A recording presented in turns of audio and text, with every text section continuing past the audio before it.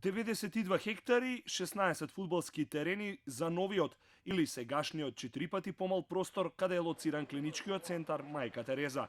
Претходната влада пресече лента, обезбеди кредит, но за 3 години не отпочна изградба на една нова зграда. Актуелната пак најави дека за 2 недели ќе се знае судбината за новиот клинички центар. Повеќе од 4 децении доградби, поправки, стеснет простор за целосен хаос во 2018-та. Ова е денешната слика или секојдневната мака низ која поминуваат пациентите. Редици колонии и неповрзани клиники со ходници за лекарскиот персонал. Топ тема на ваша страна ги праша оние кои најдобро ја познаваат историјата на клиничкиот центар во Скопје. Според поранешниот директор доктор Андреј Арсовски, потребно е целосно нов објект, бидејќи на сегашната локација нема повеќе пристап, место за паркирање и можност за доградби. Може некои поправки да се направат, корекции, меѓутоа тоа да се реши реално, радикално како што треба да биде, и тоа е невозможно. И трета работа што малку луѓе знаат, тоа е подземната состојба. Значи подземниот катастар таму не постои, кој како доградувал објект низ сите овие децении. Сето тоа е надградувано, не функционира, застарени инсталации кои што со еден современ објект од пред се медицински тип не може тоа така да функционира. Заради тоа сметам дека единствено, реално, добро и радикално решение на овој проблем со сегашната локализација на клиничкиот центар е негова дислокација.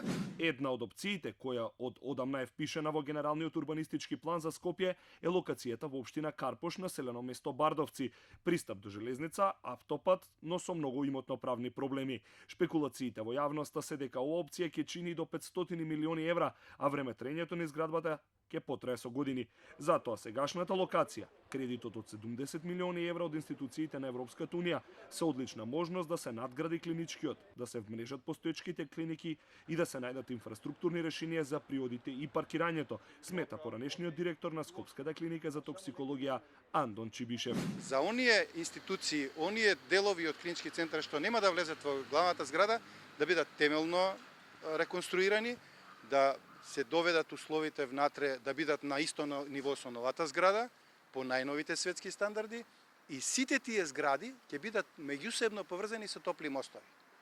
И тоа мислам дека ќе биде идеалното решение во овој момент за клинички центар во Република Македонија. Се друго што зборуваме, мислам дека е абстрактно. Можеме да си правиме муавет баш после 5 години, дали ќе почнеме да го градиме. 5 години е долг временски период, не знаеме што ќе се случува со државата за 5 години. Не знаеме дали ќе видиме на овој ниво на економски развој, дали ќе можеме сепак и тогаш да го поднесеме. Овој план кој требаше да добие завршница наредната година најде на две пречки. Политичката криза си го направи своето, смета Чибишев. Неколку месечниот министар пак за здравство Армен Таравари по доаѓањето на новата власт кој открие дека кредитот бил наменет за еден нов објект со неколку клиники, а не нов клинички центар. За целиот проект биле потребни анексни договори за реновирање на дел од клиниките и за дополнителни двекатни гаражи, со што цената на чинење на овој проект ќе достигнеше и 200 милиони евра. Вториот сомнеше италијанската компанија која требаше да им биде партнер на Гранити Бетон, за која по дополнителни проверки неодамна владата потврди дека нема сомнежи околу претходното работење на компанијата.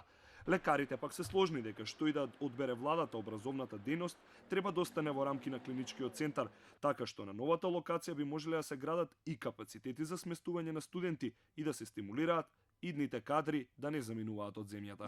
Условите за работа, можностите за напредување, за едукација се дополнителни и многу важни фактори. Така да со средување на тие состојби веројатно еден дел од луѓето кои што се мотивирани да работат во подобри услови би останале.